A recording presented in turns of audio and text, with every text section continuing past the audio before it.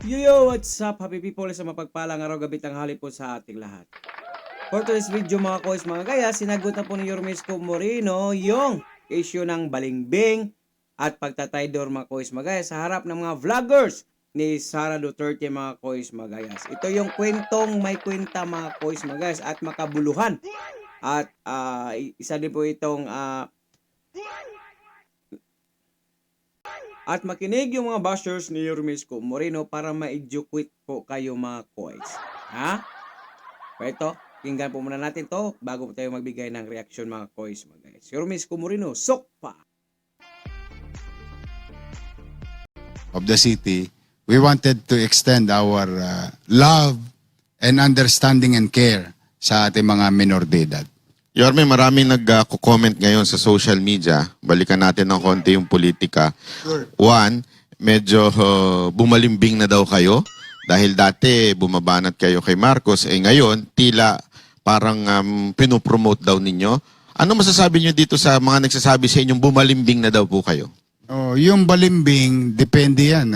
May matamis, may maasim. Nakain nyo na ba yun? Wala akong ganun. Action Demokratiko ako eh. At ang tinakbo ko po yung mayor. Noong nagkalaban-labang kami sa pagka-presidente nung araw, may mga bagay na nasabi na. Bagamat yung mga nasabi, ang taong bayan ay nagpasya na. Talo ko, Olats, no? 31 million voted for him. Now, if you really believe in democracy, you recognize 31 million. Ay, ganun lang kasimple. Di tapos na. Tingnan ninyo. Maghanap kayo. Ito, magandang challenge. Doon sa kung sino yung nag-comment. Maghanap kayo ng mga salita. Simula nung naolats ako pagka-presidente. Ang dami ng iskandalo na nangyari. Ano yun? Yung issue ng sibuyas, asukal. Naalala niyo yun? Yung mga unang... asukal Asukal, sibuyas, lahat. Anything. Mga ano. Alam mo, 5-5 dinut-dut sa akin sa mikropono. I never made comment. Why? Ginagalang ko yung 31 million na mamamayan bumoto kay President Bongbong Marcos. Siya binoto eh. Demokrasya yun eh. Tapos na ako. Wala kayo narinig. Mangyari ba, naalala niyo yung kwento sa Maynila, nagsigawan ng tao, bumalik ka na. So, I listen to, salamat naman. 65% of the people of Manila voted in our favor. Ayun. Mayor na ako. Presidente si Bonget. Mas komportable ako sumisang pagka si Bonget ang tawag namin, but with due respect kay President Marcos. Anong ginawa ko? Nakipagtulungan. Para ano? Para ba sa politika ko? Unang-una, wala naman ako ambisyon na. Pangalawa, hindi naman kami magkakontra. Presidente siya, mayor ako. Nataon pa, ito mas masakit. Mayor ako ng Manila. Hindi naman ako mayor ng Quezon City, Pasig, Taguig, o Makati. Ang Manila is very unique because we host the seat of power. Malacanang, nasa Maynila. Anong buting idudulot sa mamamayan ng Maynila? 2 milyon sa gabi, 3 milyon sa araw. Kung ako'y makikipagbardagulan sa presidenteng hindi ko kapartido.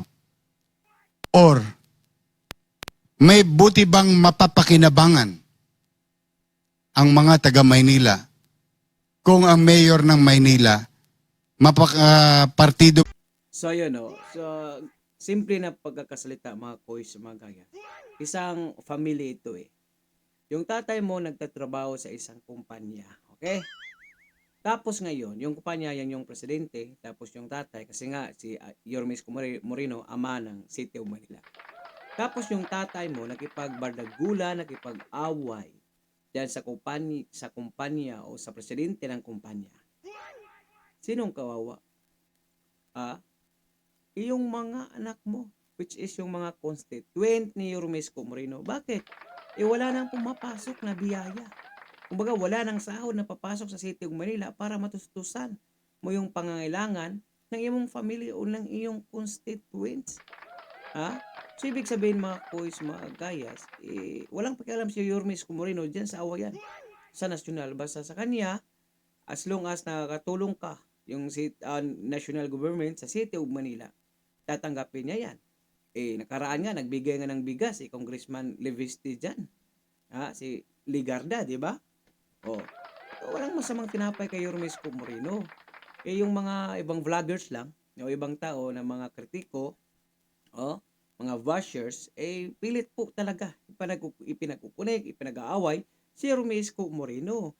Yan po, klaro-klaro yung pagtatrabaho niya bilang ama o bilang mayor sa City of Manila para sa kanyang constituent. Wala nang iba. Walang halong pamumulitika, mga boys. Patuloy natin. Hindi, ay nakikipagtulungan sa Office of the President. Immaterial of names. Whether, let's just say, for example, in the near future, let's just say si Sara Duterte naging presidente. Yan. Halimbawa lang, let's just, ano lang tayo. Total, nagkukwentuhan lang naman tayo rito. Pero gusto nyo ba siyang maging presidente? Naging presidente si Sara. Let's just say, salamat sa Diyos, binoto ulit ako ng mga taga Maynila as mayor. Hindi kami magkapartido. Remember, presidente ako ng Action Demokratiko. I have my own party. Makikipagbardagulan ba ako sa kanya? Most likely, hindi rin. Why? Una, binoto siya ng taong bayan. Siya ang binoto ng taong bayan. Igagalang din natin yung boto ng taong bayan. Makikipagtulungan din ako sa presidente. Ayan, tumpak, Yung sasabi natin itong video na to, itong ginawa po nilang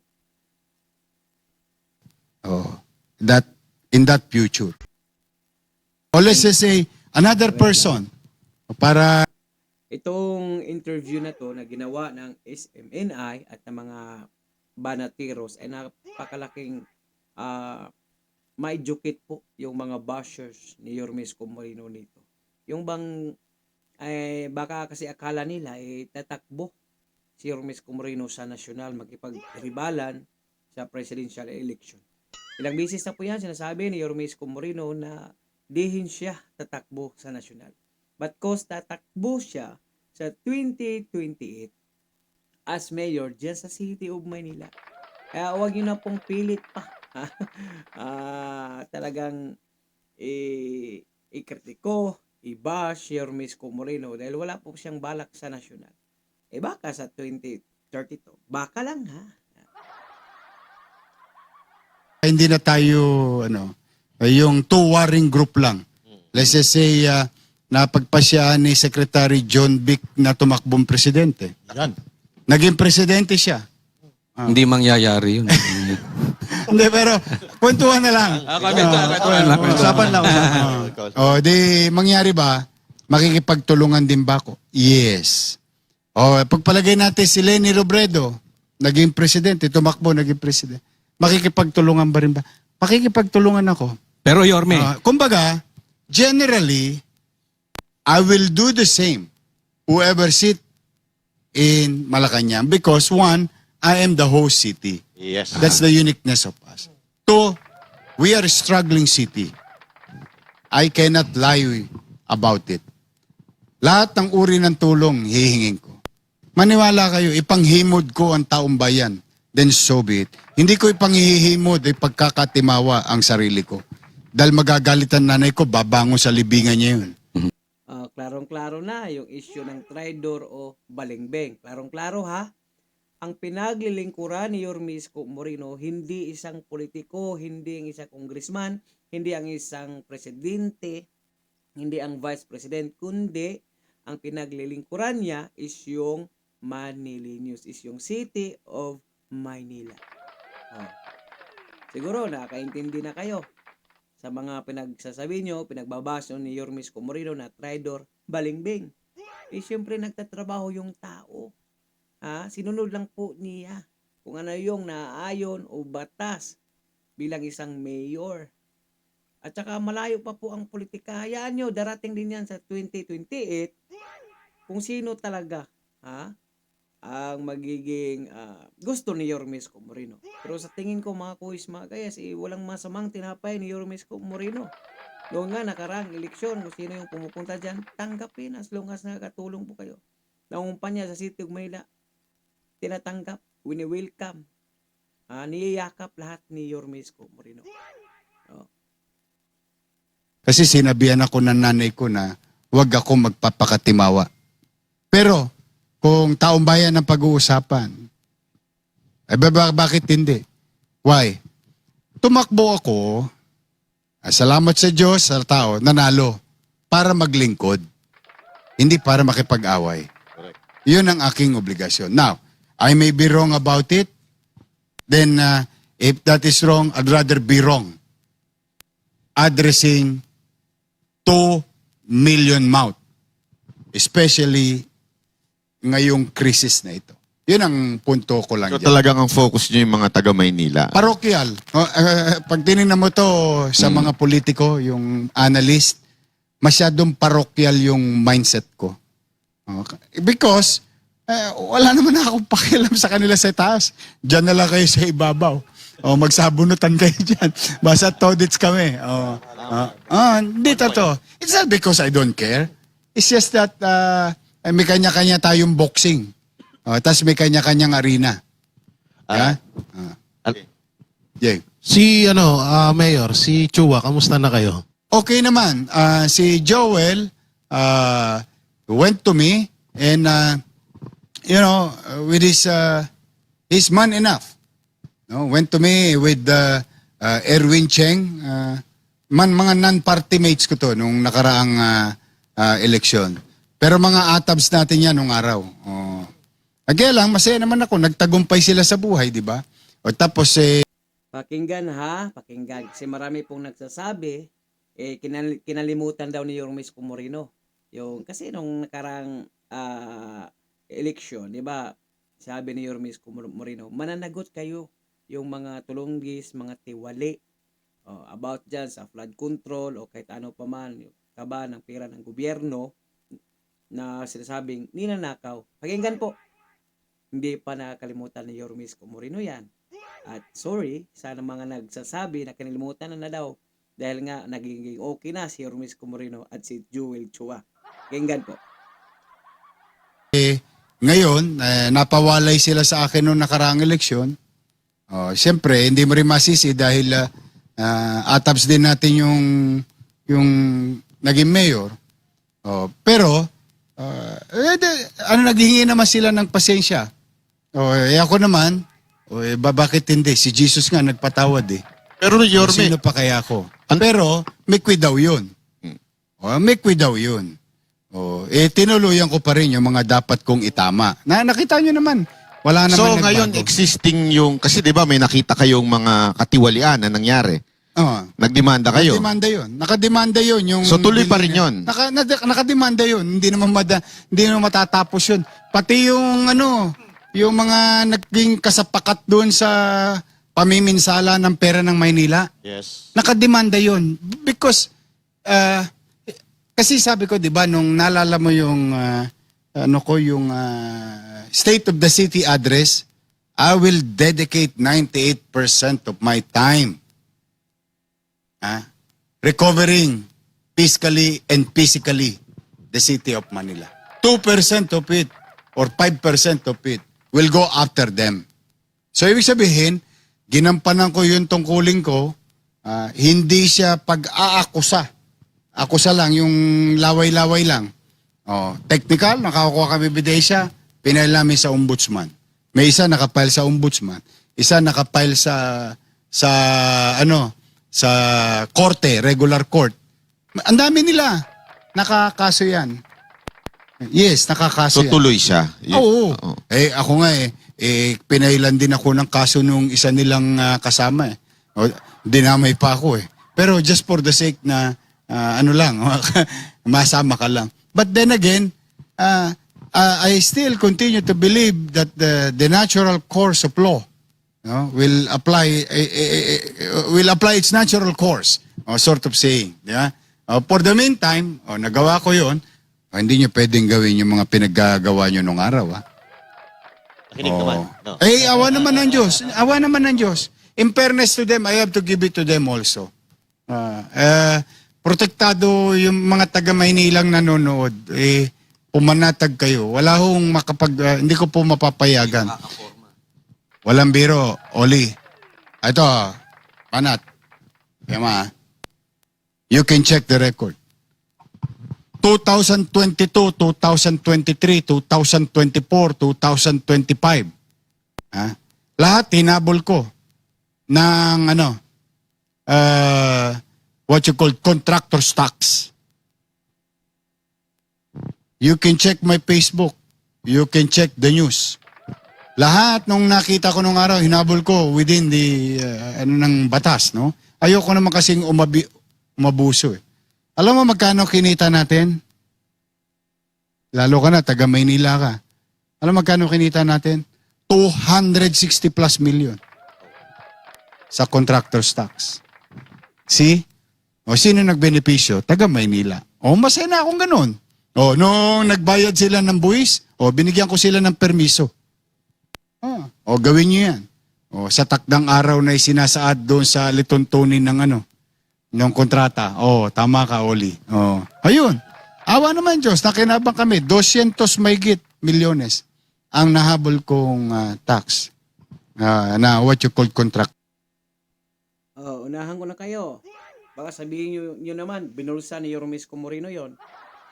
Di po, yun po yung pinagtustos ni Yormisco Moreno sa ating mga lula at lulo dyan sa City of Manila, sa mga PWD, solo parents, estudyante, kapulisyan, teacher dyan sa City of Manila. Yun po yung pinagtustos. Yung iba dyan, Yormisco Moreno nagpapadala ng mga batang may sakit doon sa India na kailangang mag-transplant o mga liver cirrhosis, mga sakit sa internal organ ng mga bata. Isa din po yun. Nakakatulong yung pirang na kolekta ni Yormisco Moreno sa constructor tax. Tama po ba ako? So, klaro po. Klarong-klaro po ang sinabi ni Yormisco Moreno. Pinaglingkuran niya ang taong bayan.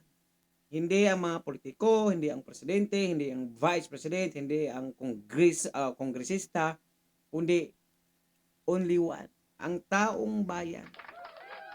Gaya na nga ng sinasabi ko kanina, kunwari, yung tatay mo, haligi ng isang pamilya, nagtatrabaho sa isang kumpanya. Tapos ngayon, hindi siya susunod o makipagbardagulan, makipag-away siya sa kumpanya. Sinong kawawa ngayon? Sinong walang makain? Ang kanyang mga anak. Yan yung ginagawa ni Yormisco Moreno. Kailangan niya makipagtulungan dyan sa nasyonal. Walang pamulimulitika, tapos na ang eleksyon. Tanggap niya natalo siya noong presidential election at tanggap din niya na nanalo siya bilang isang mayor. So, ganoon lang po kasimple. Ang ibig sabihin, ipahiwatig ni Yormisco Moreno. At saka yung sa nagtatanong, dahil nakita nila na medyo ayos na. Si Chua, sa Distrito 2, Valeriano, at yung iba pa dyan, hindi po. May nakabimbing kaso po para sa kanila. Paglilitis dyan, kung talagang makikitaan po sila ng probable cause na nagkakamali sila, makukulong din mga yan. No? Ganun po si Yormisco Moreno. Yung iba lang po talagang magsasabi, makitid ang utak, bang hindi marunong tumingin, magbalanse. Kung ano ba talaga ang isang tungkulin, kung ano ba talaga ang trabaho ng isang mayor. Hindi pwede makikipag-awayan ka lang, bardagulan sa nasyonal kasi yung kawawa, yung manilinyos, yung constituents ni Yormisco Moreno. Kagaya ngayon na crisis o kailangan ng mga bigas, tulong pinansyal galing sa national government. Yun, alam nga naman pag may nagbigay yung national, sabihin ni Yormisco Moreno, hindi, kalaban kita Sinong kawawa? Yung constituent. Sana po, naintindihan niyo mga bashers mga vloggers na mga bashers ni Yorme Isko Moreno, mga taong bayan. Wala po. Neutral po ang ating buting Yorme Isko Moreno. Kung sino yung pupunta sa City of Manila, welcome, tanggap po. Kahit sino pa yan. As long as nakakatulong ka, hindi ka tulunggis, wala kang ginagawang masama sa City of Manila, yayakapin ka ni Yorme Isko Moreno. Mag-komento po ng inyong mga opinion o reaction sa comment section ng ating video. Na-appreciate ko po yung like, shares, and subscribes nyo. Meron po tayong ibang channel kasi yung channel na to mga kois, hindi na po to gumagana. Ay, hindi na po to kumikita mga kois mga guys. Matagal na po. 5 months ago pa po. Ha? Meron din po tayong isang YouTube channel na Dudoy, Kuya Doy. Ayan. At meron din po tayong Facebook page. Ayan. Dudoy T 2.0 YT. Thank you for watching. God bless you. Peace. Bye-bye. Ingat po kayo lahat.